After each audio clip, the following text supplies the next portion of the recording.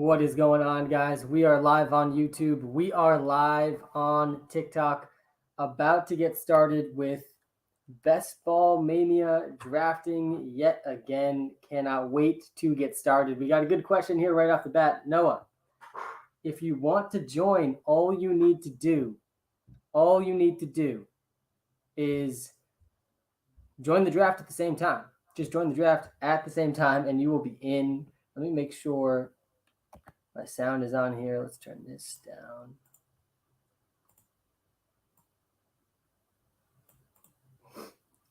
So I'm going to be joining the puppy draft right now. Again, if you're watching live on TikTok, you can watch this draft live on YouTube as it's happening. How's it going, everyone? There are still 7 spots. If you want to hop in the draft right now, this is a real draft. We're going to be showing the draft board live on YouTube. Happy Wednesday, everyone. I have been looking forward to this all day. What's going on? We got some people coming into the TikTok live. We are doing a live draft on YouTube. This is a real draft, $5. It's only $5 to enter. The link to where I'm drafting is also in the YouTube description as well. Last time we were live, it seems like some big news drops every single time we're live. Last time we were live, the news was Jerry Jeudy, who happens to be okay now. Yarjma, how's it going, man? I'm doing fantastic. We are less than 100 days away from the NFL season. Less than 100 days. The batting practice starts now. It starts now. This is where we start to get prepared for the real season, which is about 100 days away. If you're watching live on TikTok, we are doing a live draft on YouTube. You can see the draft board. This is a real draft, not a mock draft, real draft.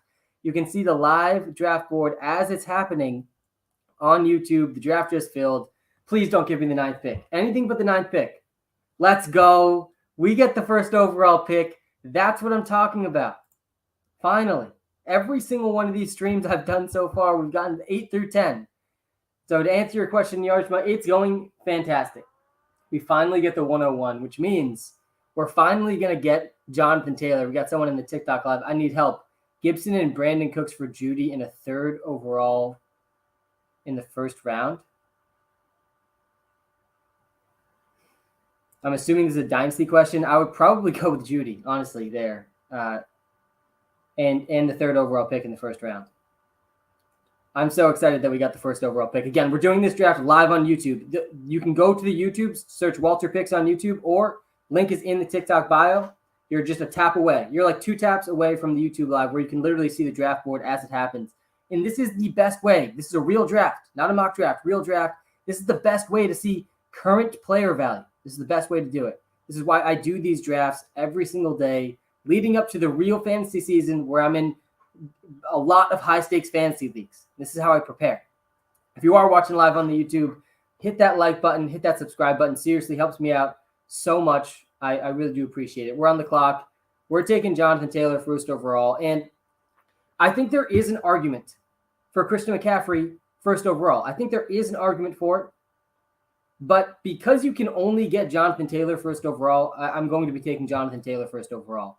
Because you're never going to get him 2nd or 3rd in almost every single draft. And I think that's honestly a good enough case to be taking Jonathan Taylor 1st overall. So I just had the 1st overall pick in this live draft that I'm doing over on YouTube. Again, link to that is in the TikTok bio. We got Jonathan Taylor, and 2nd overall was Cooper Kupp. 3rd was Christian McCaffrey. I've been seeing this more and more. And I'm going to be pushing the narrative I already have. Christian McCaffrey really should be the 2nd overall pick, but it seems like more and more Cooper Kupp is going number 2 overall. Christian McCaffrey is going number 3 overall.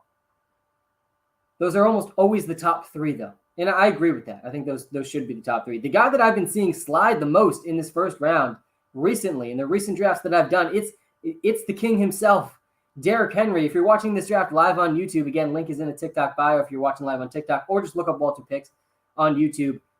Derrick Henry has not been picked yet, and we're at pick number 8, and he just went 8th overall. I've been seeing him go 8th overall several times in the last few weeks. I mean, this is really late for him. He probably should go 4th or 5th. Probably about concerns over the workload for Derrick Henry, but you can't let that scare you off of the only running back in the history of the NFL that has averaged over 100 rushing yards per game in 3 consecutive seasons. 3 consecutive seasons now. Derrick Henry has averaged over 100 rushing yards per game. Nobody had done that since Barry Sanders back in the 1990s. I mean, truly incredible what Derrick Henry has done. And if he stays healthy, he's going to be a top 3 running back in fantasy football. He just has one of the most locked-in workloads in the league. Can you rank Justin Jefferson, Kupp, and Chase? Yeah, this is a really tough one to rank. I think you have to put Cooper Kupp first in terms of fantasy football. I really want to put Jamar Chase second, though. I really want to put Jamar Chase second. In the order that it went in this draft that I'm doing right now, this is a real draft, $5 draft. You can watch it live on YouTube. I have the draft board up. It went Cooper Kupp went second overall, Justin Jefferson went 4th, and Jamar Chase went 6th. So every other pick in the first 6 picks was one of these 3 guys. I personally think Jamar Chase has the highest ceiling, though. I think Jamar Chase has the highest ceiling. He just had the best rookie wide receiver season of all time. So, I mean, really, he does have the highest ceiling. He's heading into year 2. It's not like there's any real age concerns for any of them. But there's an argument for Justin Jefferson ahead of both of them as well. I would argue that Jamar Chase has more competition for targets than Justin Jefferson does. I think there's low-key a chance T. Higgins has more receiving yards in any given game or even throughout the season than Jamar Chase. That's how good T. Higgins is. I still think Jamar Chase is better. And Adam Thielen's just not that in comparison with Justin Jefferson. It will be really interesting, though, to see how the Allen Robinson signing for the Rams impacts Cooper Kupp. It probably won't impact him very much. I still think Cooper Kupp's the clear number 1 overall after last season. That was one of the best wide receiver seasons in history. One of the best fantasy football wide receiver seasons as well. All right, I'm about to be back on the clock. I had the first overall pick, and I really do like the first 2 picks a lot this year. I feel like I say this every year. Last year, it was not a good year to have one of the first 2 picks. But you lock up Jonathan Taylor, and the other reason I'd like drafting in the earlier section this year, and one of those top 3 picks, even top 4, is because in round 3, you get Kyle Pitts every single time. And he is going to be one of my most drafted players in fantasy football this year, especially in the best ball format that I'm doing now. Again, we're live on YouTube as well. If you're watching live on TikTok, I'm on the clock in a real draft. You can see the draft board happen as it happens. I'm on the clock. I do see T. Higgins there at the top of my screen as well. I think I'm going to go with it. As I was explaining, I think it's not the likely scenario, but there is a legitimate scenario where T. Higgins outscores Jamar Chase. It's possible. And it's not, I wouldn't say it's that much different. I wouldn't say it's that much different than the Cooper Kupp, Robert Woods situation. They're both getting picked a little bit earlier than Robert Woods and Cooper Kupp were last year. But last year, it was the overall very clear consensus that Robert Woods should get picked before Cooper Kupp. I was drafting Robert Woods before Cooper Kupp, and really everyone was. And this year, that could be Jamar Chase and T. Higgins. So I took T. Higgins at the very end of the 2nd round, and I took Kyle Pitts with the very first pick in the 3rd round. I would argue the 3 tight ends that are off the board so far, and I actually we're about to be launching, by the way, WalterPicks. Walter's projections for the upcoming season will be in the app probably within the next 7 days. And in doing those projections and running the 10,000 simulations that we run to get a ceiling and floor outcome for every player for fantasy football. And by the way, this is the best way to analyze fantasy football is range of outcomes. What is the best case and worst case scenario for a player? Every player has a pretty wide range of outcomes, but you want the ceiling to be extremely high for all the players you're drafting. And the 3 tight ends, there's really only 3 of them this season that have a chance to be the number 1 overall tight end. And it's Travis Kelce, Mark Andrews, and Kyle Pitts. Kyle Pitts is in that conversation. He is likely going to lead the Falcons in targets this year. So I start my team, Jonathan Taylor, T. Higgins, and Kyle Pitts. Juju is going to be awesome this year. I was very much on the Juju Smith-Schuster hype train when he was first signed. I'm starting to get a little bit more nervous about Juju, though, and his ability to actually command a large target share consistently, week to week. I do think he's going to have some big weeks, But that might just be the case for all the Chiefs receivers. I mean, Patrick Mahomes even said it himself very recently. Kittle, if he ever stayed healthy, yeah, that's the thing with George Kittle. George Kittle is already dealing with some lower body injuries. That's why I would not include him in those top 3 right now. It's never a good sign. Before training camp really even has started, he's sitting out because of lower body injuries. Stephon Diggs or Davante Adams, they went back-to-back picks in this draft I'm doing right now. Again, you can watch this draft live on YouTube. Link is in the TikTok bio. We are in the 4th round right now. I had the first overall pick. Snag Jonathan Taylor, T. Higgins, and Kyle Pitts. And Stephon Diggs, Davante Adams actually went back-to-back picks in this draft, and they go really, really close together in the back end of the first, early part of the 2nd round. And yeah, I would take Stephon Diggs over Davante Adams in fantasy just because he's on a better offense with a better quarterback. But I got very high expectations for Davante Adams as well. And I think both those guys are 2 guys that I'll be targeting if I do have a pick in the back end of the 1st round. CD is going to be the wide receiver 1 this year. I wouldn't rule it out. I would not rule it out. He was picked at right after Davante Adams in this draft, only 2 picks after. He's probably going to start creeping into the 1st round as people realize that he really is going to see a boost in volume this year. Like, he is already extremely talented. And now we're going to boost his target share as much as 5-10%. And then we could see CeeDee Lamb in the 10 targets per game conversation. He's been closer to 7 throughout his career. All right, I'm back on the clock, and I'm going to go wide receiver here. Because I have Jonathan Taylor on the squad already, I feel less compelled to force the running backs. I do like David Montgomery.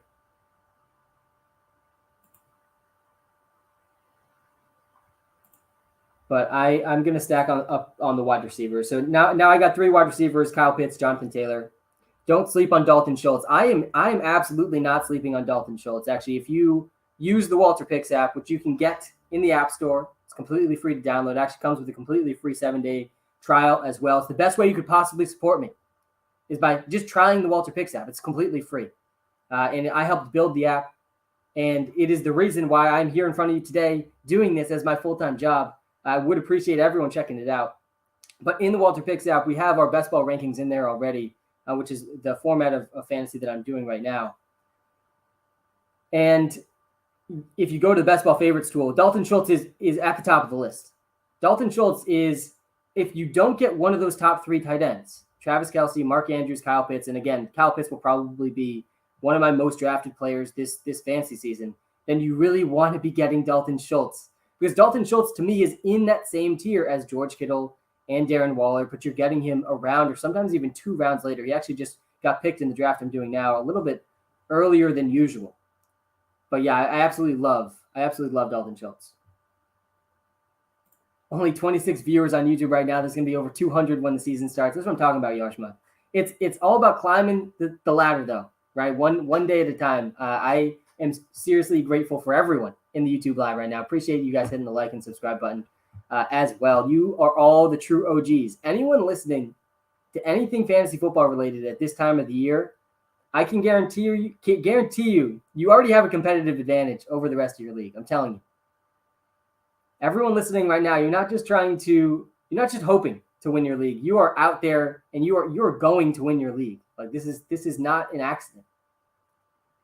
By the way, look who was picked right after Amari Cooper and Chris Goddard when I posted a video yesterday about 3 wide receivers that I will not be drafting.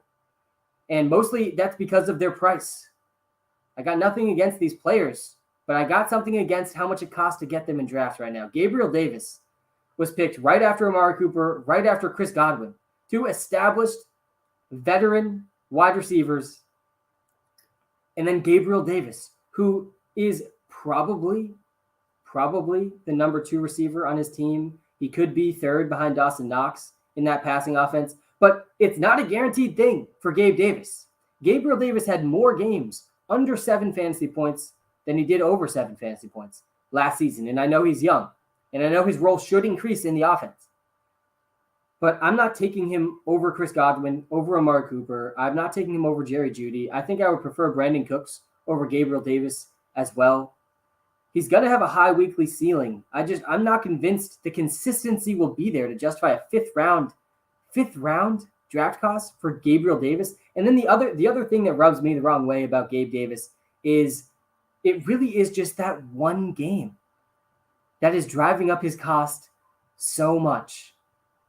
The one game against the Patriots where he goes for like 2,000 fantasy points.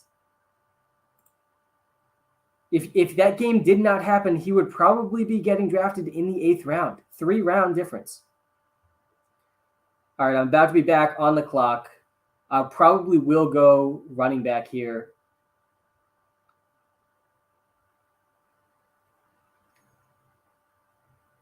I might even take 2. I would love to get Elijah Mitchell in this spot. The player of the game against the he had a huge game he had a huge playoffs, don't get me wrong. But the one game against the Pats was absolutely insane. And likely will go down as the best game of his career. We're going with the quad father himself. We went running back here. So we now have 3 running backs. I really won't need that many more running backs on this team. Probably 2 more running backs on this team to round it out, especially because we have Jonathan Taylor. I do love A.J. Dillon this year with how the Packers offense is shaping up. The types of running backs you want to be targeting in these middle rounds, if you can get them, someone like Elijah Mitchell, who averaged almost 20 carries a game last year. So I know there's a rookie people are a little worried about who's picked in the 3rd round, though. I'm not that nervous about him. But worst case scenario for Elijah Mitchell, if he is healthy, he's seeing at least 15 carries a game. So I'll take that in the 6th round.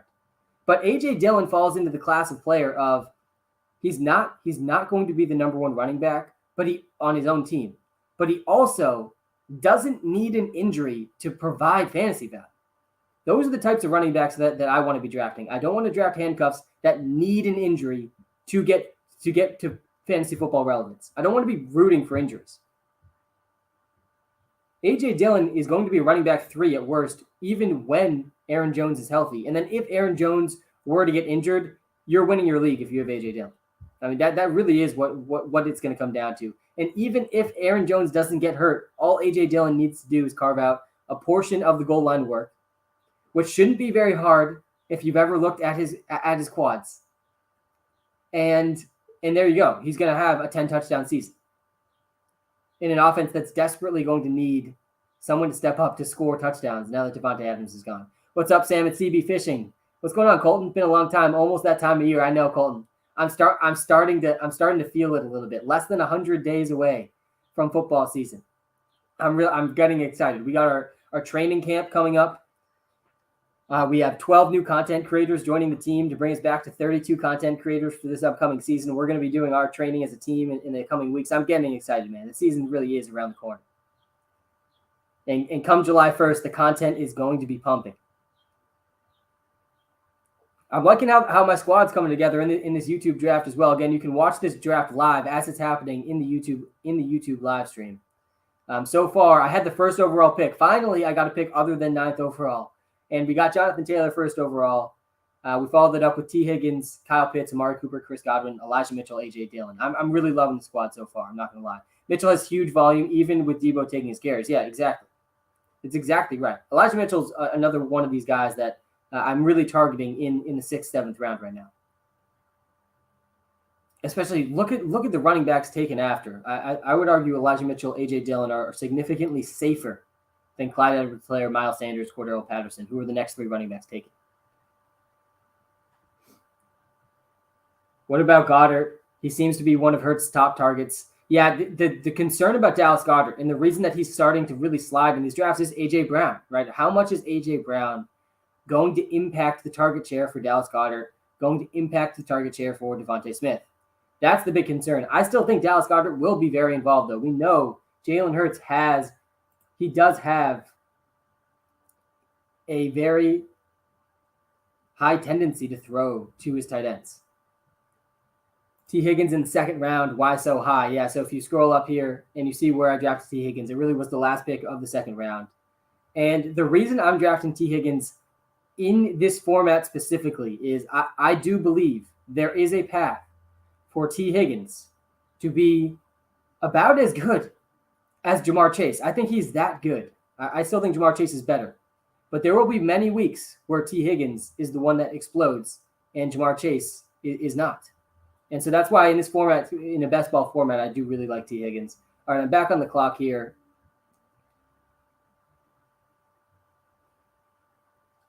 I do like Robert Woods a lot. I'll likely take him in this spot. I haven't gotten much Garrett Wilson either. I'm strongly considering that as well. I don't love investing in the Jets offense. I'm not going to take a QB. I haven't taken a QB yet, but I'm going to take 3 quarterbacks. And I already took A.J. Dillon. I don't want to pair Aaron Rodgers with A.J. Dillon.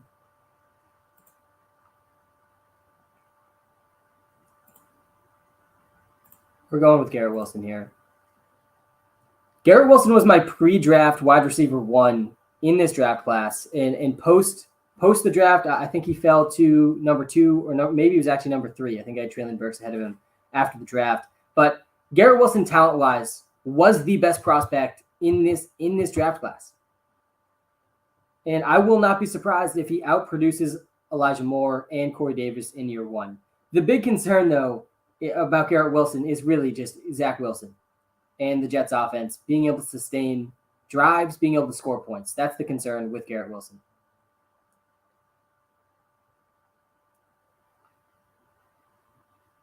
I'm going to take probably a couple quarterbacks with my next 2 picks. Thoughts on J.K. Dobbins? Why is Hurts projected so high? Yeah, so I'll answer both those really quickly. First of all, Jalen Hurts. He's worst case scenario for Jalen Hurts is basically last season, right? He just added A.J. Brown.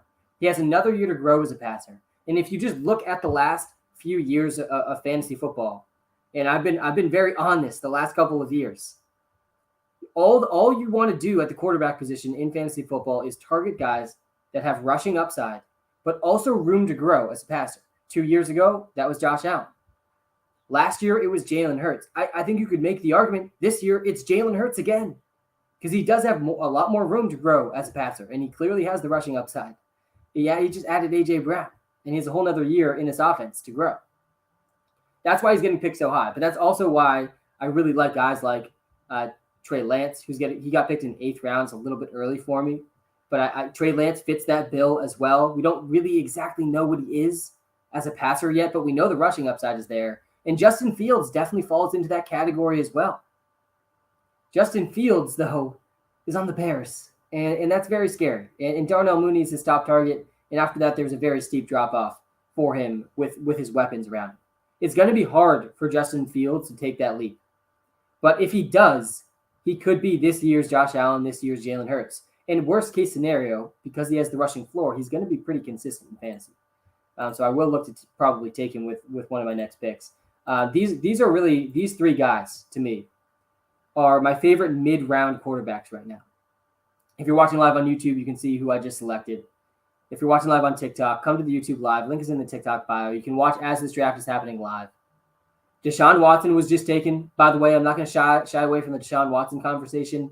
I originally, early on in the offseason when I started drafting, I did not expect – I had the sense that there was a pretty decent chance Deshaun Watson wouldn't be suspended. And over the last few weeks, it's become increasingly more likely that he's going to see some significant suspension. So I'm not drafting him at all right now in any of these drafts that I'm doing.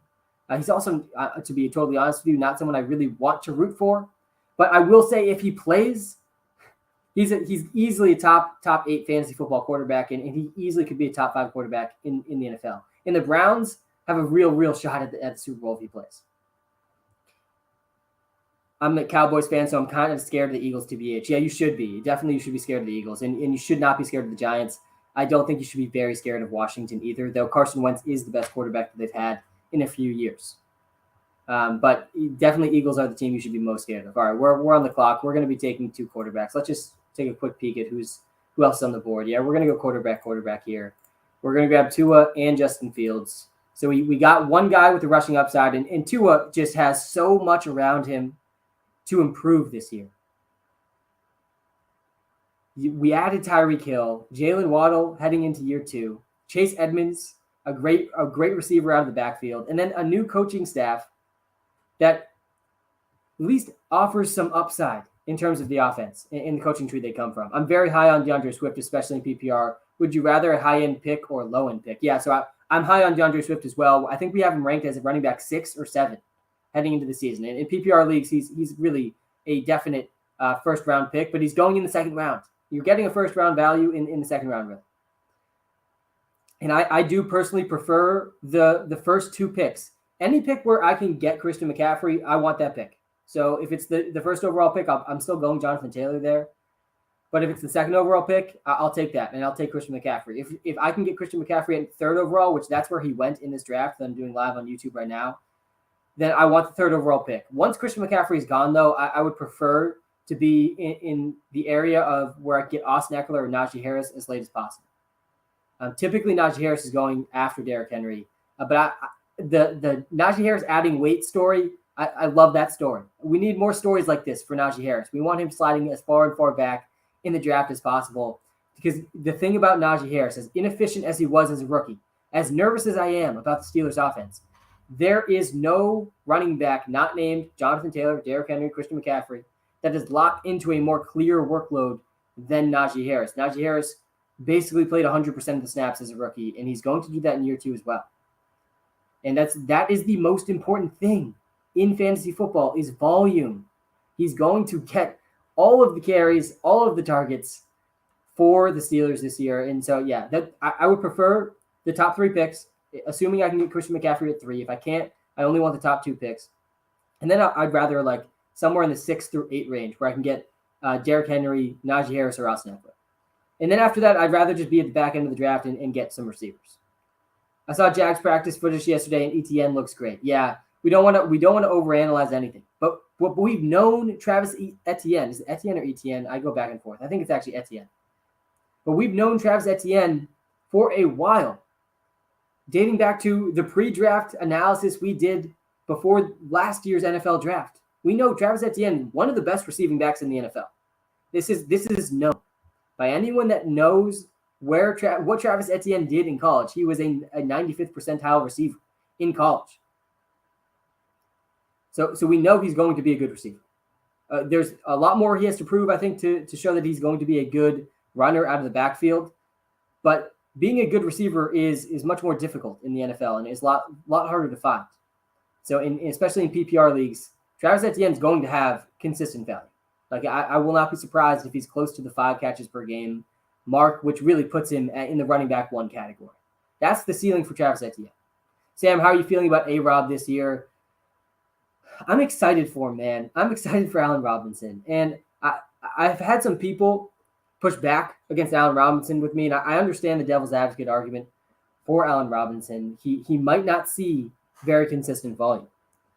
But I would argue that the ceiling for Allen Robinson is too astronomically high to ignore. It's too high to ignore. Just go look at the list of quarterbacks that Allen Robinson has played with. Just go look at the list and tell me that his ceiling isn't higher than people realize. Just go look at that list. I mean, seriously, it is a list of mostly guys that are no longer in the league, and then Justin Fields.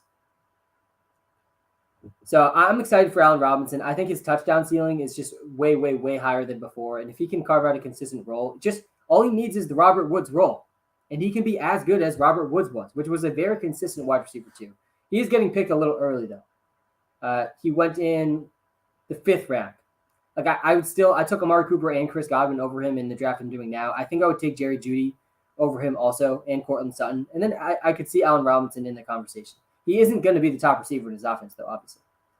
We will gladly take Trevor Lawrence as our 3rd quarterback. And look, this is why I don't take quarterbacks early. I just drafted 3. This is a best ball format. The best one of these guys will be played for me automatically.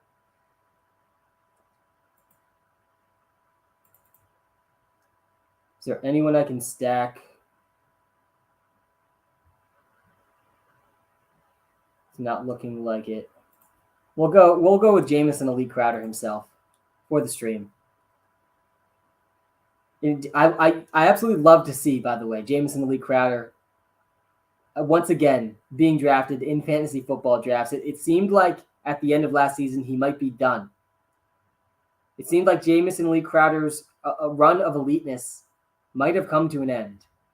But Jamison Elite Crowder does what elite players do at the end of their career. And they go and they find and they tether themselves to elite quarterbacks. And that's exactly what Jamison Crowder did. All Jamison Crowder needs to do is stay healthy, and he's going to be a wide receiver 3 in fantasy football, playing the Cole Beasley role for the Buffalo Bills this season. I got him like 8 picks after average draft position too. I'd love to see that. Is Deonte Johnson a good pick this year? He's one of the guys that is locked into pretty consistent volume at the wide receiver position. He really has been the top receiver for the Steelers for the last 3 years. For anyone paying close attention, a lot of people thought it was Juju for a while. It really was Deonte Johnson the whole time. He had over 25% target share in almost every single game. But man, am I nervous about every single Steelers player except for Najee Harris. Najee Harris is the only one I'm not worried about because he's a running back and the volume's locked in for him. And he's going to play every minute of every game. And he's heading into year 2, relatively young, little less health concerns with him as well. But Kenny Pickett's not good. I don't think he's good. I think he was the most overhyped quarterback in this current draft class, which wasn't a good quarterback draft class, by the way. And Mitch Trubisky also isn't good. And he was one of the most overhyped free agents this offseason. I mean, so much hype for Mitch Trubisky this offseason. I really do not understand it. What has Mitch Trubisky done to warrant getting overhyped? Really, his agent, you got to tip your cap to him. So the Steelers are heading into this season. And I think part of this for me is also, I've been saying this for 3 years now, that the Steelers really needed to address the quarterback position over the last 3 years. They just pushed it off, and they never addressed the backup quarterback position at the tail end of Big Ben's career. And now it's really going to hurt them this year. They're heading into this year with the most overhyped rookie quarterback and the most overhyped free agent quarterback. It's not going to be a very good game plan for them. And I think Mitch Trubisky is going to start the season, which probably is better for Deonte Johnson than Kenny Pickett. Though I will say Kenny Pickett, because he's a rookie, he does have a slightly wider range of outcomes in my mind. Like, he still can be good. But I'm not expecting that out of him. So I'm nervous for Deonte Johnson for all those reasons. But from a target perspective, I think he's going to be one of the most targeted receivers in the NFL. Which Green Bay wide receiver is their number one? I'm all aboard the Christian Watson hype train. He's one of the most high-risk, high-reward players in fantasy football right now. But Christian Watson, he has the draft capital. He has the size-adjusted athleticism. He doesn't quite have the college production, but he was also on one of the most run-heavy college teams. So I really do like Christian Watson to, by the end of the season, be their alpha number one receiver. But in the front half of the season, it's probably going to be either Aaron Jones or Allen Lazard. All right, I'm back on the clock. I'm going to take a tight end with one of these picks, and I'll probably go Marvin Jones to stack him with Trevor Lawrence as well.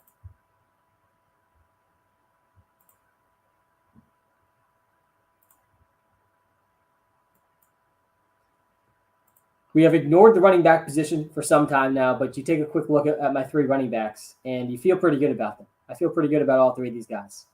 Thoughts on Miami backfield? Yeah, it's Chase Edmonds' backfield. I think it's Chase Edmonds' backfield. I'm excited to see what is going to do. I've been working on I'm going to be coming out with a series soon on TikTok for one bold prediction for each NFL team. I'll share a couple with everyone, the true OGs listening to this live stream right now. One of them is about Chase Edmonds. One of my bold predictions, and if you've been following me long enough, you know I make sure my bold predictions, they're bold. That's why they're called bold predictions. You know, it's not fun if your bold predictions aren't bold. One of my bold predictions is that Chase Edmonds is going to outscore James Conner in fantasy football this year. James Conner is getting picked right now in this draft, he was picked in the 3rd round, like mid to late 3rd round. Chase Edmonds is getting picked. He got picked 9th round. So 6-round difference between Chase Edmonds and James Conner in fantasy football this season. One of my bold predictions is that Chase Edmonds will outscore James Conner. James Conner's probably going to be in the better offense, but Miami could take a big jump. And Chase Edmonds is a better receiver than James Conner. Chase Edmonds has been more efficient than James Conner. Over the last 2 years, it really hasn't been that close. He's done it on less volume, but I don't think that's that unrealistic. I could definitely see it happening. Chase Edmonds outscoring James Conner. I think Chase Edmonds, though, will lead the Miami backfield in touches. I think it's going to be an exciting offense to be a part of. And there will be several running backs involved. I think Raheem Mostert, if he stays healthy, will be involved in that backfield as well. But yeah, that's one of my bold predictions. I do really think Chase Edmonds is more talented than the majority of people recognize. And I think that the coaching staff in Miami also recognize that. And that's why he is the highest paid running back in the backfield, which is also a good sign for him to lead that backfield in touches. Teams tell us what they're thinking only a few times a year. It's in free agency and it's in the draft.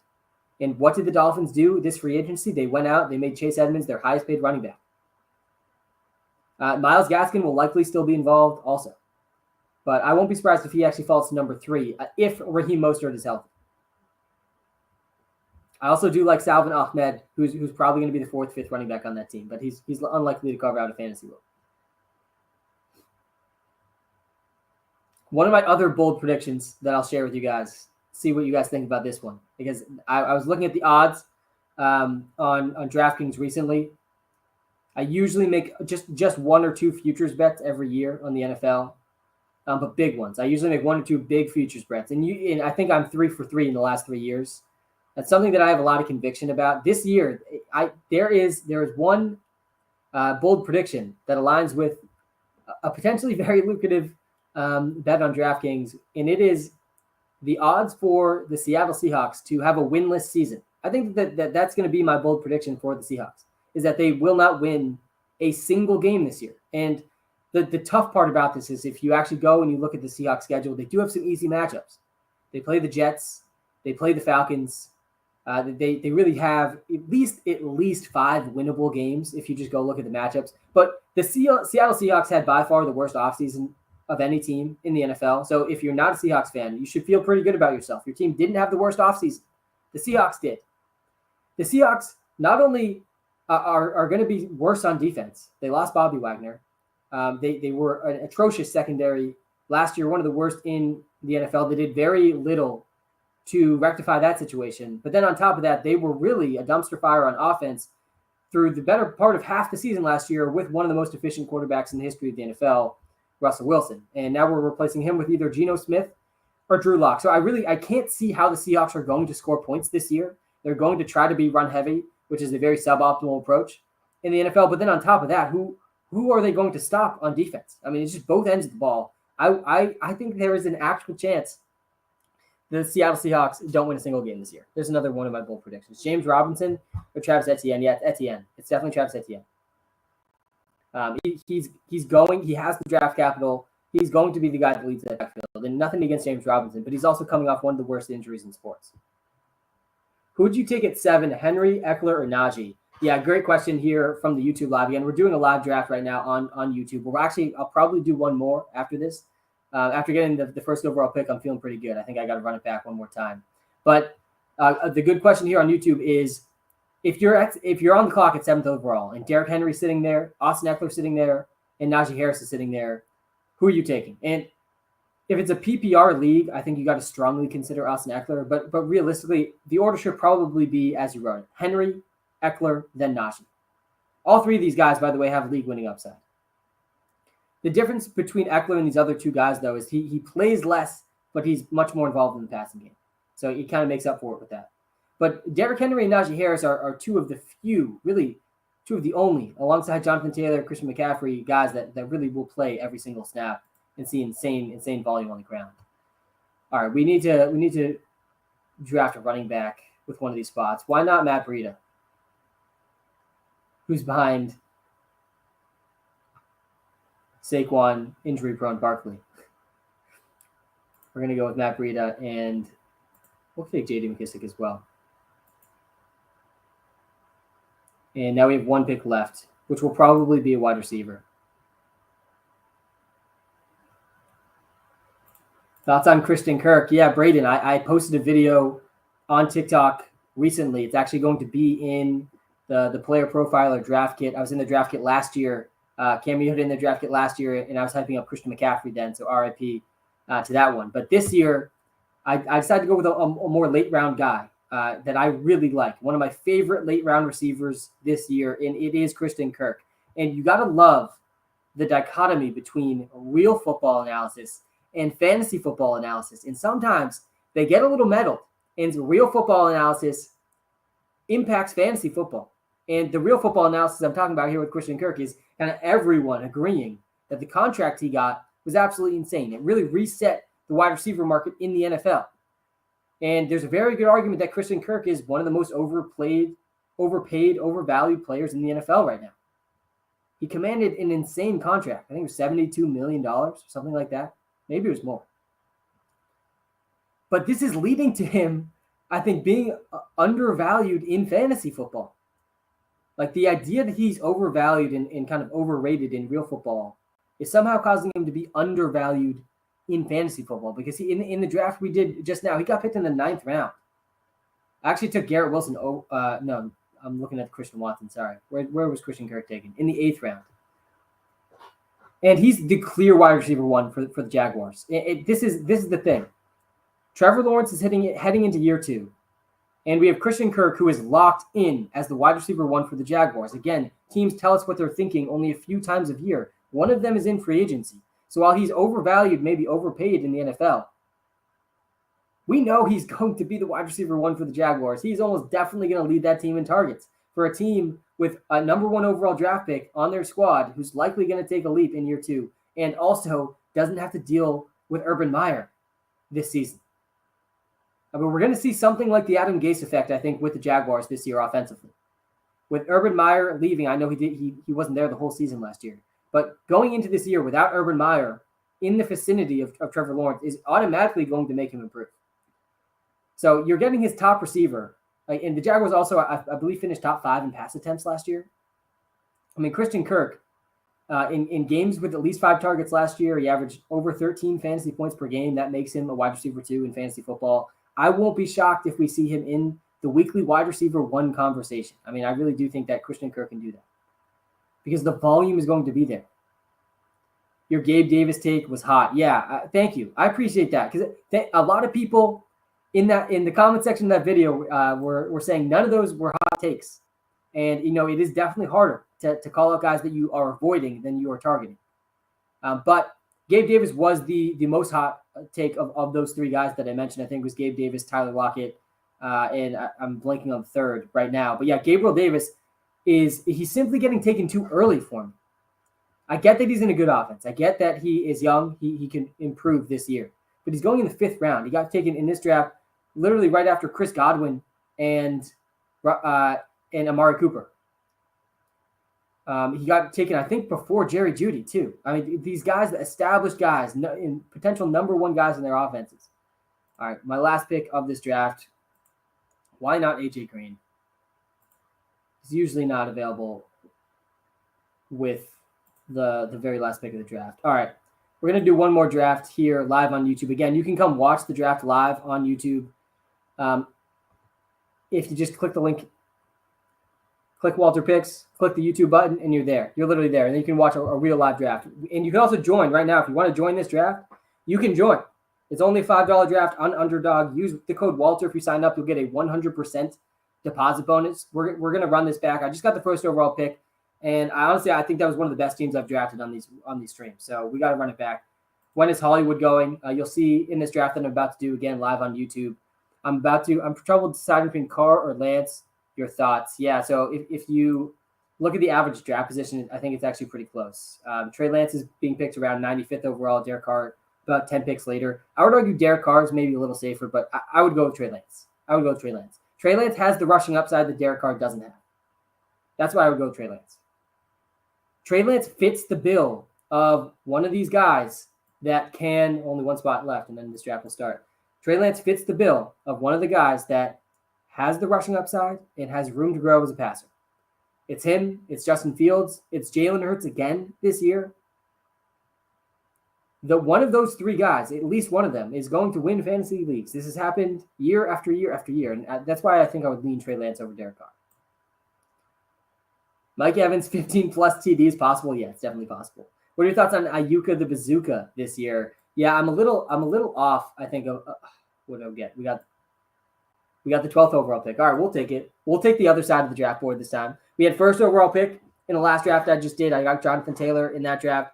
This draft, we got 12th overall. So we're going to see the whole other side of the draft board this time. That's exciting. Again, I'm doing this draft live on YouTube. Link is in the TikTok bio, or look up WalterPicks on YouTube. If you are watching live on YouTube, hit that like button, hit that subscribe button. Really do appreciate that. We're going to be doing these live streams every single week leading up to the season, and you better bet they're going to get more frequent as we get closer and closer to the season. But Hollywood Brown is going, I believe, around round 5. I like him a lot. I think his ceiling is also tremendously high, especially in those first 6 weeks without DeAndre Hopkins. Kyler Murray is a significantly better passer than Lamar Jackson. I don't think that's very debatable. Hey, Trip, we got someone in the live. He's third overall pick. Hey, Trip 1 is the 3rd overall pick. Hopefully you can get Christian McCaffrey in that spot like he went in the last draft. We will see. Love to see someone in the live getting in the draft. All right. The draft is about to start. Again, you can watch live on YouTube. If you're watching live on TikTok, just look up WalterPicks on YouTube or click the YouTube button in our bio. We just did a live draft, and we're running back for a second one. I have the 12th overall pick. I'm glad that Hate Trip, who's in this draft as well, is nowhere near me. He's at the 3rd overall pick, so I won't need to worry about him snagging any of my players. How high are you drafting Deshaun Watson in a 2 QB league? Yeah, I touched on the Deshaun Watson thing a little earlier in the stream, but not very high. I'm not drafting him very high. In a 2 QB league, you got to be hammering wide receivers, I would argue, in the first 2 rounds. I usually like to, and you did get Christian McCaffrey. That's great. I usually like to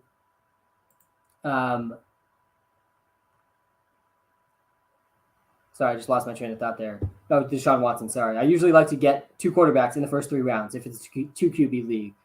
But Deshaun Watson, I'm really nervous that he's going to get a very lengthy suspension. From a fantasy football perspective, I think as time has gone on and we've got closer and closer to the season and the suspension coming, I've been more confident that the suspension is going to be pretty lengthy. I think a minimum suspension for Deshaun Watson. I'm totally speculating here, by the way. But I think minimum where he's going to get at least 8 games. And that's half the season. And he could get as much as the entire season, and that's just not worth the risk. Obviously, once we know what the suspension is, it'll be a little bit more clear. But the second part of it for me, I don't want to root for Deshaun Watson. I really don't want to root for him. We are about to be on the clock. I would absolutely love to get CeeDee Lamb with this pick. I think I'll likely do that if he is not taken with this 1 pick ahead of me. I will consider Travis Kelce as well. I do like taking a tight end early in this format. He's probably going to get auto-picked, though, right here by this guy. Nope, he went Devontae Adams. Yeah, so I think I'll probably go with CeeDee Lamb. It's tough to pass on this group of running backs, too. There is going to be a really significant running back drop-off.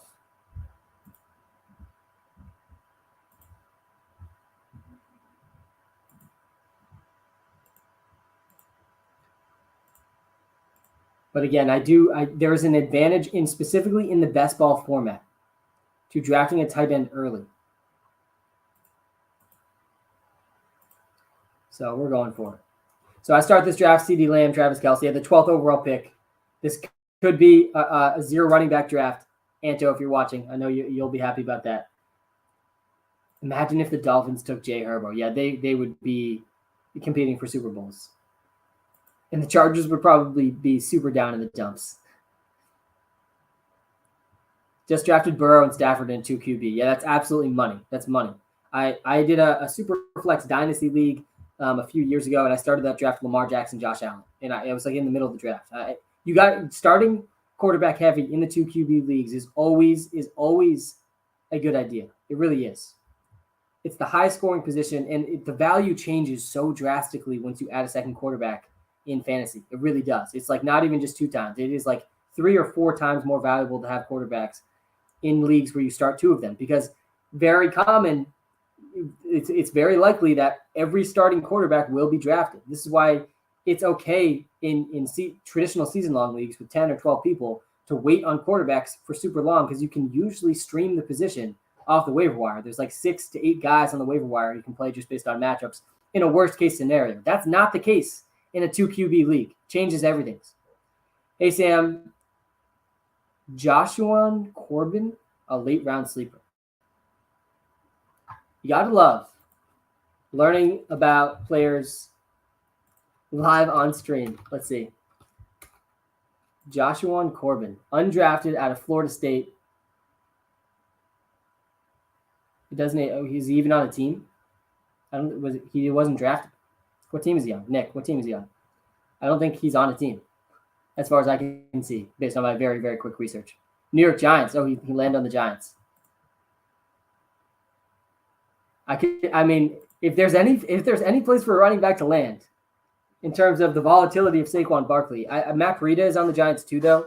I'd be pretty surprised if he could outdo Matt Breida. I don't know what other running backs are behind him, but just quickly looking at his college profile, it's pretty good. 80th percentile receiver in college, 78th percentile yard per carry as well, out of Florida State. Not the worst profile for an undrafted rookie. Great info, thanks.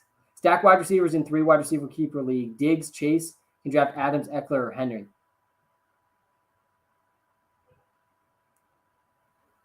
It's a 3 wide receiver keeper league, though. Yeah, I think you go Diggs, Chase, then you probably go Derrick Henry. You should probably go Derrick Henry. Or Austin Eckler. Who's the early Super Bowl pick for you this year? Yeah, so my bold Super Bowl prediction. I have my realistic Super Bowl prediction and my bold prediction. I'll give you both.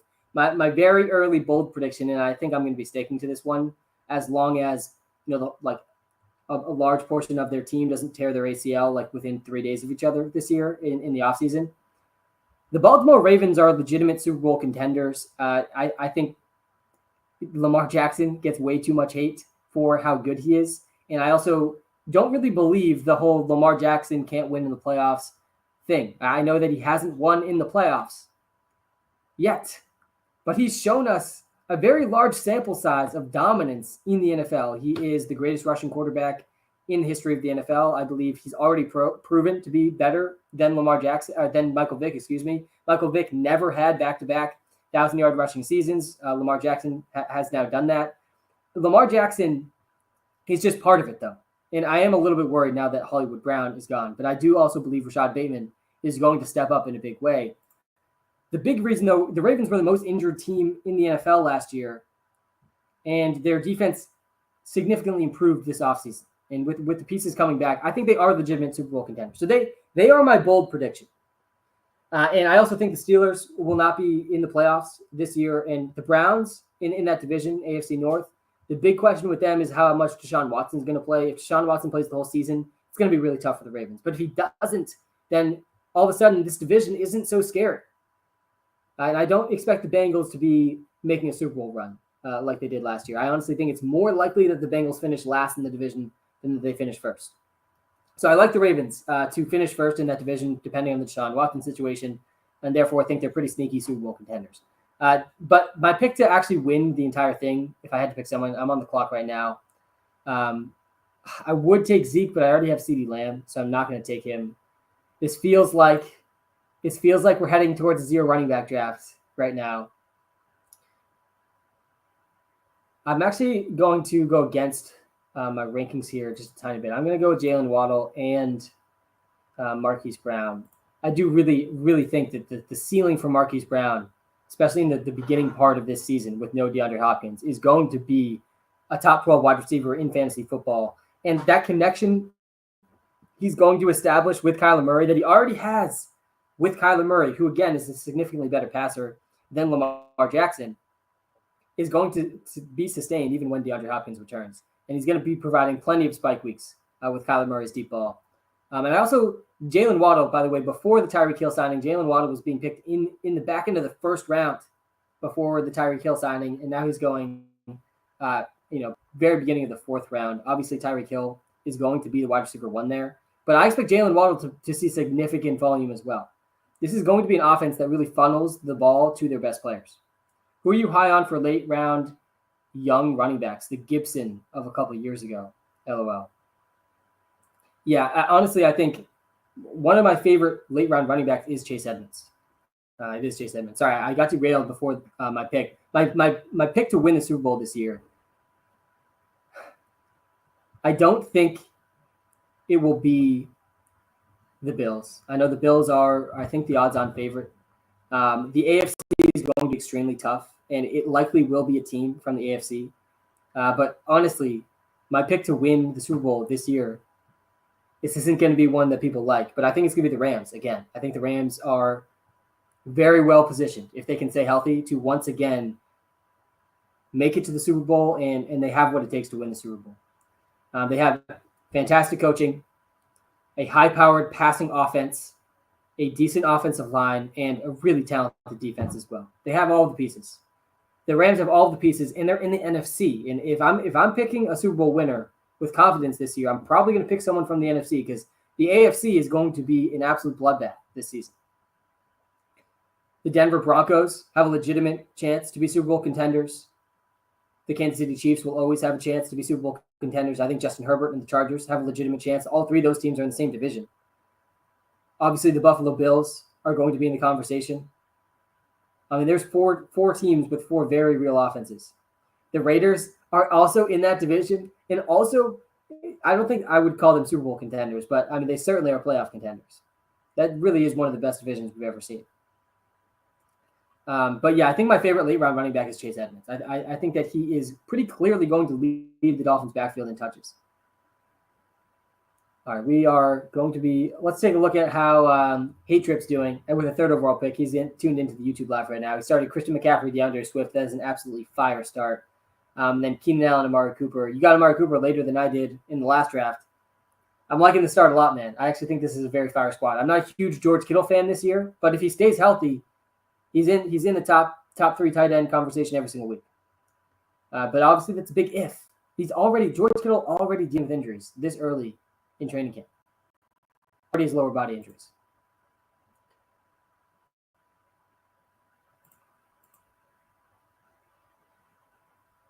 Rashad Bateman is a guy that I really want to be drafting, and somehow he gets picked earlier and earlier every draft. I don't know if I've gotten him in a single draft that I've done. I really do believe in Rashad Bateman to step into that top receiver role for the Ravens.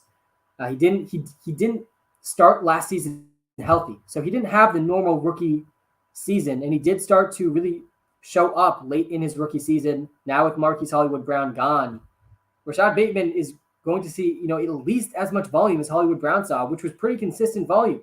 Marquis Brown was top 10 in targets last year. All right, we are going to go. I need to take a running back. I also really want to get Kyler Murray with the Marquis Brown stack, so I'm going to do that. And I want to take Brandon Cooks as well, but I think I might be pushing it a little bit too far.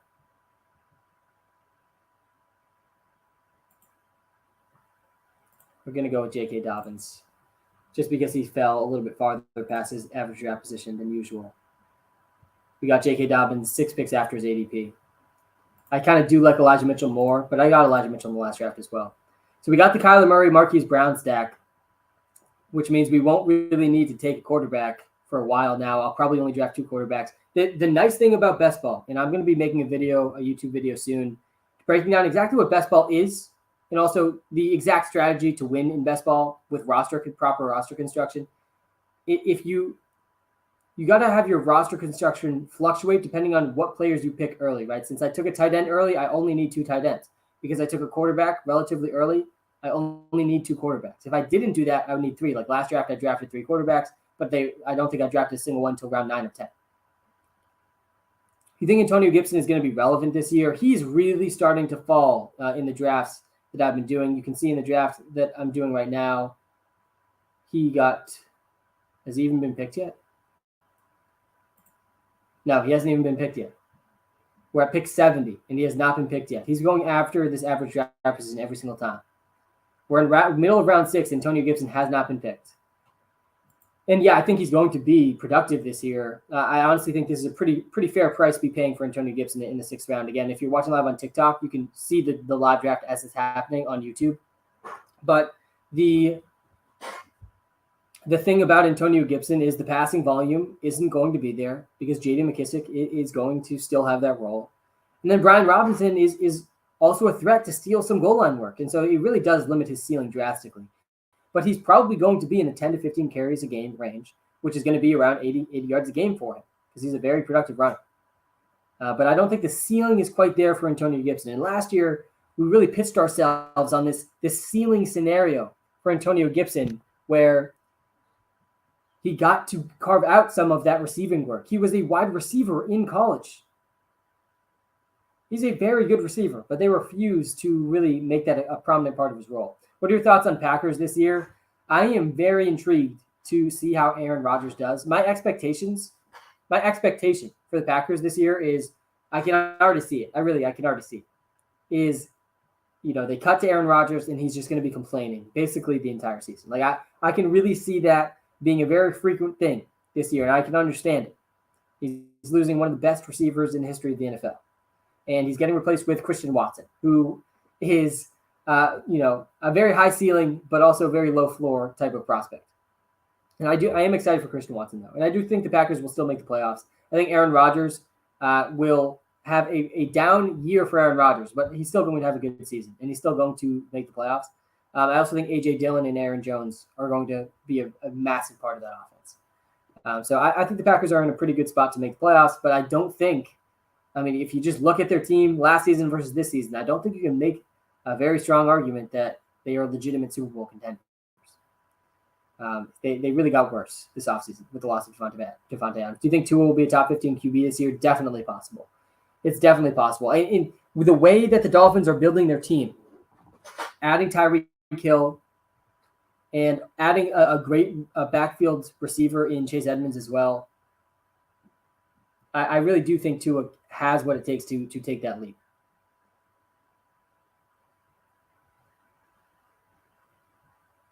All right, we are back on the clock. I would have loved to snag DeAndre Hopkins with this pick, but Elijah Mitchell's still here. So we will gladly draft Elijah Mitchell this time around. 14 picks after ADP. We will take that all day, and we will gladly take Clyde as well. I do have Travis Kelce, but if there's any team to stack, it's the Chiefs. I'm getting Clyde Edwards-Helaire in round 8 this year, and I know you hear the name Clyde Edwards-Helaire, and a lot of people are going to cringe. But you have to factor in the cost for Clyde Edwards-Helaire. You got to factor in the cost. It's 5:00. I'm drinking coffee. I got a lot of work to do tonight. But you got to factor in the cost for Clyde. Just the story for Clyde Edwards-Helaire over his career. Just think about the story for him.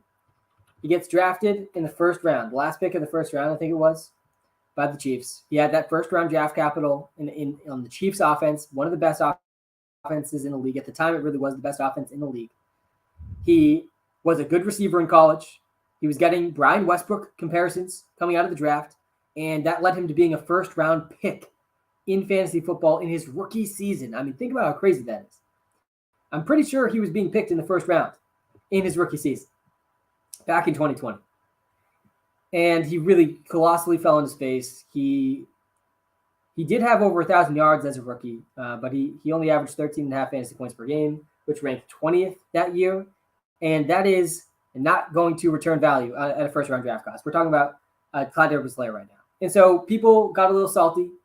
And heading into last season, they didn't do that much at the running back position heading into last season. And so Clyde Edwards-Helaire, again, for a lot of the same reasons as a rookie, he is a good receiver, even though he didn't do much of it in his rookie season. He actually had 36 catches in his rookie season, only 19 last year.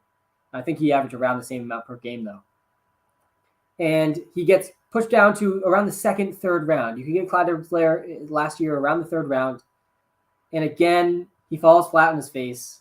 He has a less production. He was less efficient in his second year than he was his first year, which you never want to see. He struggled with injuries, though. He averaged around 11 fantasy points per game, which ranked outside the top 30. In one of the best offenses in the league. And he still failed to kind of carve out that receiving role that we wanted. But again, the important thing to remember with the Clyde Edwards-Helaire story is the price. You were paying a first-round pick his rookie season. You were paying a third-round pick his second season. This year, you're getting him in around 8. You're getting him in around 8. All of the risk with Clyde Edwards-Helaire is baked into his current price. And the ceiling in that same story that we told the last 2 seasons really is still there. He's still in a very good offense that no longer has Tyra Kill. Someone is going to have to step up, and there's probably going to be several guys that are going to have to step up for the Chiefs with Tyra Kill gone. Daryl Williams is also gone. He has arguably the least competition he's had since he joined the Chiefs. They signed Ronald Jones this offseason. Ronald Jones is really a very inefficient running back. I'm sure they'll use him, but he is not a good receiver. There's never been more of a reason to get Clyde Edwards-Helaire more involved as a receiver. And at an 8th round cost, sign me up for Clyde Edwards-Helaire in the 8th round. I'm not going to be, I never have been and I never will be one of these people that when I get burned by someone, I'll just never draft them again. You hear this with Christian McCaffrey. I'll never draft him again. You hear this with Saquon Barkley. I'll never draft him again. You hear it with Clyde Edwards-Helaire too. You got to account for the price, guys. You got to account for the price. Because if the price goes down enough, the value is there. I actually really like how this team is coming together now that I see the 3 running backs I was able to land. Elijah Mitchell in the 8th round as well was absolute money.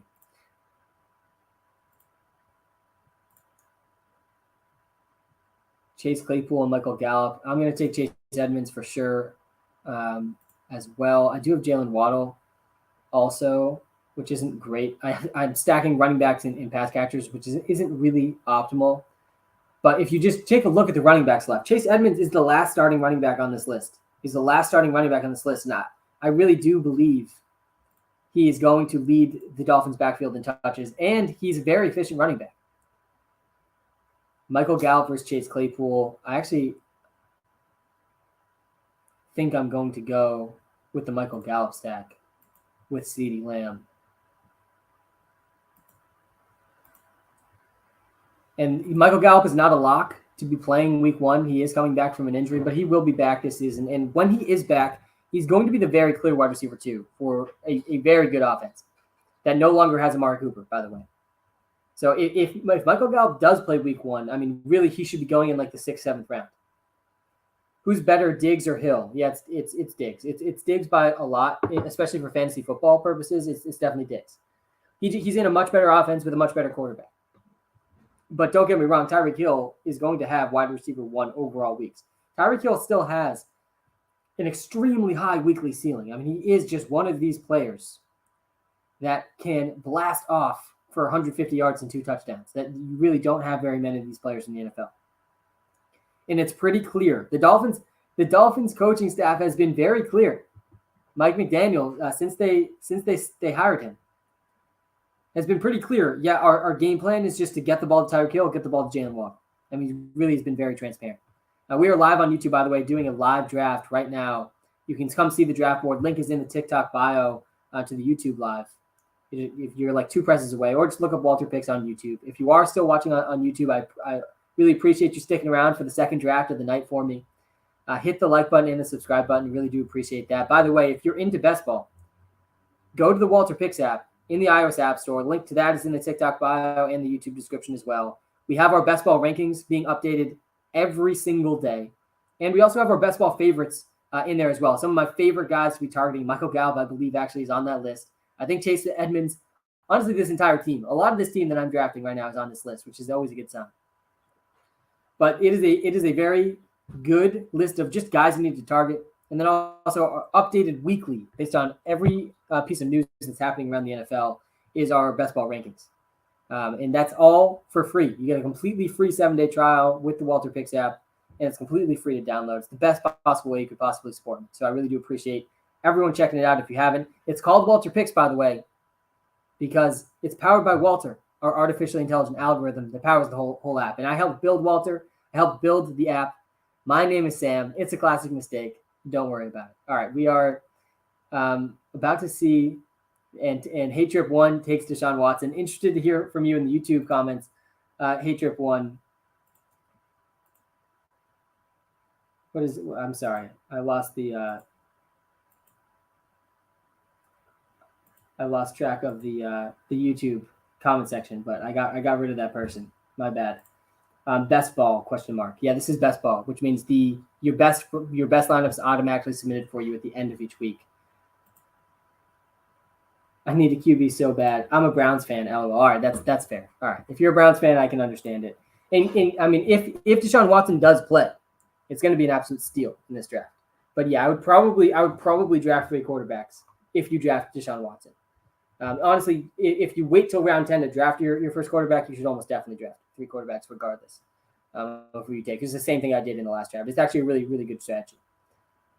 Swift, late round 1 is a steal, right? Yeah, it is a steal. I think he's more of a steal though in round 2. And actually in this draft we're doing live on YouTube right now. Again, link to that is in the link to the YouTube is in our TikTok bio, or just look at WalterPicks on YouTube. You can see the draft board as it's happening. It's a real draft, $5 draft.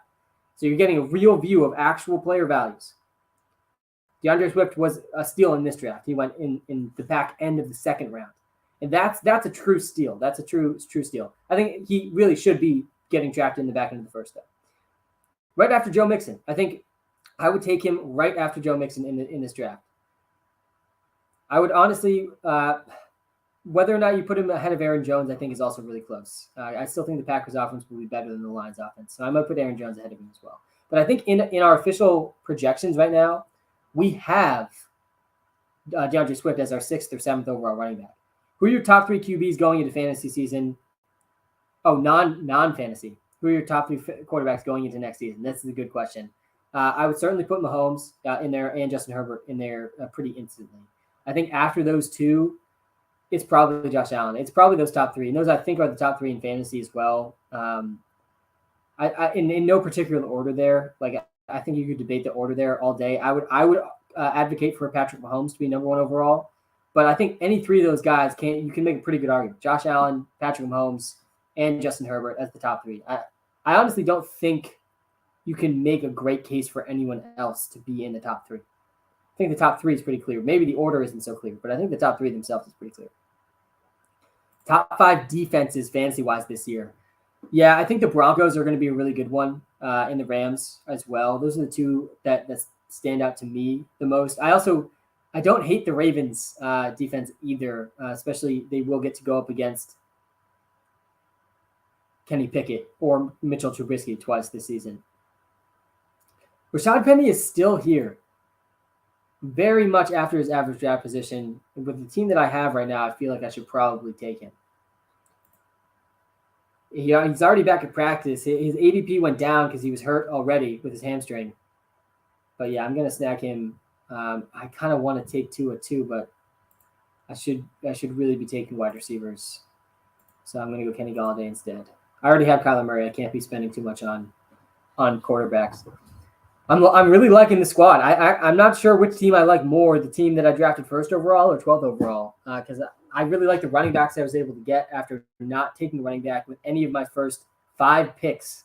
My running backs ended up being J.K. Dobbins, Elijah Mitchell, Clyde Edwards, Chase Edmonds, and Rashad Penny. Rashad Penny, he's extremely injury prone, but he also was extremely efficient last year when healthy. We got probably 20 minutes left in this draft. What website are you using? I'm using Underdog, the best place to do fantasy drafts at this time of year. I thought this person was blocked. I'm sorry. It's the YouTube live.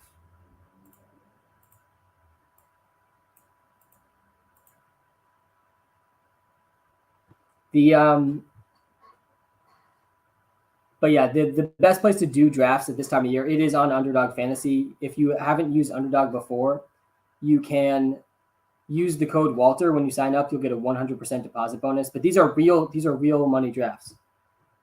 Very real money drafts.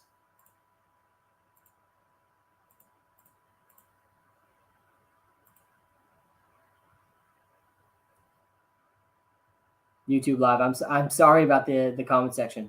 Where do you think MT finishes wide receiver rank PPR? I think we have him ranked, around probably wide receiver 25 to 30 range. His ceiling, though, really is top 5. His ceiling is a top 5 receiver. I don't think that's where he'll finish, though. I really just need to get over the mental hurdle of I really need to see Michael Thomas back on the field. And then I think I'll have a lot more confidence because he's still not back on the field. I do like him, though. I do like him, and he really was one of the best fantasy wide receivers in his prime, which was only a few years ago. Obviously, there's a big drop-off from Drew Brees to Jameis Winston. But I think he'll finish around the wide receiver 20 to 30 range. So not wide receiver 1, but likely wide receiver 2. Again, assuming he actually plays. Assuming he plays. Thoughts on Bateman this year? Yeah, the sky really is the limit for Rashad Bateman. I would argue that he actually has a much higher ceiling than even Michael Thomas. Because Rashad Bateman is heading into year 2. He didn't even have a full rookie season. And Marquis Brown is gone now as well. So I think that the floor for Rashad Bateman is the target volume that Marquis Brown had. And he had more targets, I think, than most people realize, Marquis Brown. Marquis Brown finished 9th in the NFL in targets last year. And now Rashad Bateman is filling in the top receiver role for the Ravens. I feel like there's this narrative that because it's Lamar Jackson and it's a really run-heavy offense, that the top receiver isn't going to see that many targets. Marquis Brown finished 9th in the NFL in targets last year. And now he's gone. Rashad Bateman is going to be stepping in. He averaged, I think, around 14 fantasy points per game in the games where he did see some consistent target volume. So I like Rashad Bateman a lot. I've said earlier in the stream, he's a guy that I've really been trying to draft, but have unsuccessfully been able to draft him because he keeps getting picked earlier and earlier and earlier and earlier. He went in the 5th round in this draft. I really like beginning of the 5th round. I think he's a fantastic pick. I think I like right after Chris Goddard, I would take him. I would definitely take him over Gabriel Davis, who was picked before him in this draft. I would take him over Juju Smith-Schuster as well.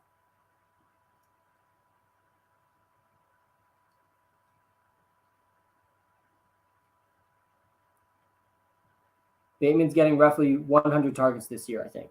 Yeah, I mean, Marquise Brown had 145 last year. So I really think that's his floor. I think that's Rashad Bateman's floor with targets. I think 145 targets for Rashad Bateman this year is his floor. And I really think it could be more than that. All right, we're about to be back on the clock. We could use a tight end and a quarterback. So anyone that I can stack with any of the receivers that I've had. Daniel Jones already got picked. We will go with Matty Ice. And I'm going to go with Njoku over Tyler Higbee as well. David Njoku just got a big contract extension. It's tough with David Njoku because he's never really been the guy that has gotten the target volume. Like he should have been in the past. Not much is changing for David Njoku. But Austin Hooper's been gone for the Browns. And he has the prime role to take over. And then on top of that, if Deshaun Watson plays, I think David Njoku could really surprise a lot of people this season. I do like Tyler Higbee as well. With Dobbins and Gus back, they'll turn more towards the run game again. I mean, they still were extremely run-heavy last year. Don't get me wrong about the Ravens. But they are not. They like just look at the wide receiver depth chart for the Ravens. They can be the most run-heavy team in the NFL, and Rashad Bateman can still get to 150 targets pretty easily.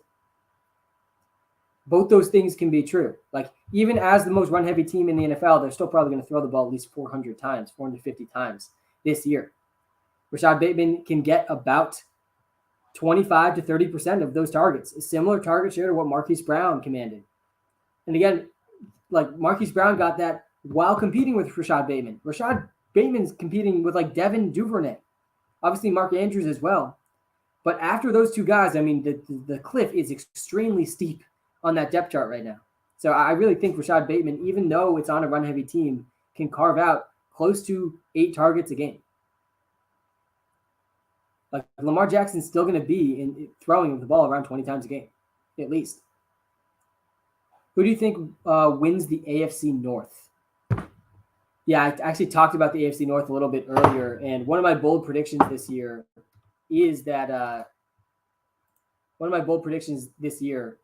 to be that the Ravens win the Super Bowl. I think that's a very bold prediction, and I think that they were the most injury. They dealt with the most injuries in the league last year. They improved on the defensive side of the ball this offseason. They arguably got worse on offense by letting Marquise Brown go. But I do believe in Rashad Bateman. So I think it's going to be the Ravens if Deshaun Watson sees a big suspension. If Deshaun Watson's suspension is under 8 games, it's the Browns. The Browns are winning that division, I think, like pretty easily. I don't think the Steelers have any shot to win the division. I think they're pretty locked into last place, honestly, in that division. And it's really on them. They're heading into this season. And I really have hounded on this for 3 years leading up to this season, that the Steelers really needed to address the backup quarterback position. And they had to have some sort of plan after Big Ben. They had no plan. And so now they head into this season with the most overhyped free agent quarterback this offseason, Mitch Trubisky, who somehow was like the quarterback in free agency everybody seemed to want, even though he really has proven to not be a starting quarterback in the NFL. And then the most overhyped rookie quarterback in Kenny Pickett. So they have the most overhyped rookie and the most overhyped free agent competing against each other. It's not going to end well for the Steelers offense. The only guy I'm not concerned about from a fantasy perspective is Najee Harris. Deonte Johnson should still get consistent volume too. I think Mitch Trubisky starts for them, by the way, week 1, and probably starts for as long as for as long as he stays healthy and as long as he doesn't completely collapse. But I think they're going to see Kenny Pickett's going to need some time before he can start. So Kenny Pickett has the high ceiling, certainly, of the quarterback room in Pittsburgh, but I don't think he's very good. So I'm nervous for the Steelers. I do think that the Bengals will compete for first place in that division as well, but they did improve the offensive line a lot this year too. I still have some defense concerns with them, and I don't think they're better than the Browns with Deshaun Watson or the Ravens. I think there's a better chance that the Bengals don't make the playoffs this year than there is that they do, which is also probably a bold take. Hey, Walter, longtime listener and fan. Do you think Bills fans are the worst fans in the NFL? Thanks for the question, man. My name's actually Sam, by the way. Walter is the artificially intelligent algorithm I helped build that powers the WalterPicks app. Classic mistake. Don't worry about it. But no, I don't think the Bills fans are the worst fans in the NFL. I don't. I actually think they're some of the best fans in the NFL. I think they're some of the most loyal fans in the league. I mean, you got to understand, the true Bills fans have been through a tremendously long stretch of losing. I'm back on the clock here. We're going to continue to draft some wide receivers. I do like Donovan Peoples-Jones a lot. I'm going to go with Wandel Robinson as well, who's another rookie that I think is extremely talented. But no, I don't think the Bills fans are the worst fans in the NFL. I think, again, the Bills have had one of the longest stretches of losing in history of the league. They're obviously really good now. They're one of the top Super Bowl contenders. But I do not think they're the worst fans. I would argue they're actually some of the best fans. Best pick to have in fantasy drafts for this year, in my opinion, is 4 to 6. Why is it 4 to 6? I don't hate that take. I mean, you are going to get some good players 4 to 6, right? Your best case scenario for whatever reason Christian McCaffrey slides. I'm actually pretty sure on ESPN and Yahoo his average draft position isn't even in the top 3. That'll probably change. But 4 through 6, you're getting Austin Eckler, Najee Harris, or Derrick Henry, hopefully, or Jamar Chase, or Justin. I mean, all of those guys are fantastic. I actually do agree that there is a little bit of a drop off, kind of for me after Stephon Diggs. I think Dalvin Cook, Devontae Adams, CeeDee Lamb are in a slightly different tier to me than everyone before them. If you're watching live on YouTube, you can see who I'm talking about. I'm in a live draft right now, so you can see the draft board. But I don't hate picks 4 through 6, but I really just want Christian McCaffrey. I want Christian McCaffrey in every draft, and so that's why I want a top 2 pick. Who is going around 8, 13, 18? So 8th pick in this draft, again, if you come to the YouTube live, which is the link to that is in the TikTok bio. If you come to the YouTube live, you can see that who was picked right around there. Derrick Henry went 8th overall, though. Najee Harris is being picked right around 8th overall as well. Austin Eckler will probably be gone. Joe Mixon he got picked 14th overall in this draft. Usually he's being picked at the end of the first round, though. I like him a lot. I mean, for all the reasons he was good last year, he should be good again this year, but then they also improved the offensive line. So, he really should be actually better. Joe Mixon was one of 3 running backs last year to play in every game. He had these drastic injury concerns heading into last season. Everyone knew Joe Mixon was going to get hurt last year, and then he plays literally every single game. One of the most consistent running backs in fantasy last year on one of the best offenses in the league with an improved offensive line. So, yeah, you got to love Joe Mixon. I mean, you really should. I think Lamar is a fantasy QB 1 through 3 this year. Do you agree? Yeah. No, I mean, Lamar Jackson, if he stays healthy the whole year too, he can easily be the number 1 overall quarterback. The guys, there's really 5 quarterbacks with a shot at being the number 1 overall quarterback this year. It's Josh Allen, Patrick Mahomes, Justin Herbert, Lamar Jackson, and Kyler Murray. All 5 of those guys could be the number 1 overall quarterback. And really, Josh Allen, Lamar Jackson, Kyler Murray have the best path to doing it because of their rushing ability. Just threw money on Lamar to win MVP. Absolutely love that. Absolutely love that. I don't know if you heard earlier, but one of my bold takes this year is that the Ravens win the Super Bowl. I think that because they were the most injury-prone team last year, they're going to just naturally be better than expectation this year. But then on top of that, there's just so much disrespect towards Lamar Jackson. It feels like such a large portion of NFL fans are very against Lamar Jackson being a good quarterback in the NFL. If Swift can stay healthy all season, he will be a top 10 running back. Yeah, we haven't projected, I think, as the 7th running back this year. And again, obviously that's if he can stay healthy. But yeah, I mean, he's a huge, huge threat in the passing game. He can be top 3 in the league in targets if he stays healthy. I think 2 is a sleeper for QB1. He's not going to be QB1. He could be a top 12 quarterback. Yeah, I agree. He's not the typical quarterback. I mean, it really is part of it. All right, we're back on the clock here. Part of me wants to take Jared Goff to just snag the last kind of for sure starting quarterback on the board. I do have Kyler Murray too.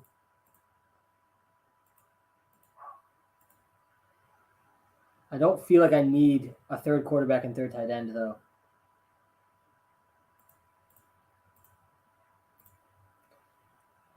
This will be my last pick on this team. I think I'm just going to lock down the quarterback position with Jared Goff. Usually when I would draft a guy like Kyler Murray, I won't take a third quarterback, but also usually Jared Goff isn't available in the very, very, very, very last round. All right, guys, thank you for tuning in to the YouTube Live. Really appreciate it. Make sure you hit that like and subscribe button as well. I'm going to wrap up this stream for the next 5 minutes over on TikTok. I'll get to as many comments as I can before I wrap up the stream. And I will be back, as always, next week. We'll be doing at least one of these streams every single week leading up to the season. Can't wait for that. Again, hit that like and subscribe button over on YouTube. If you haven't already, really do appreciate that. Have a good one, guys.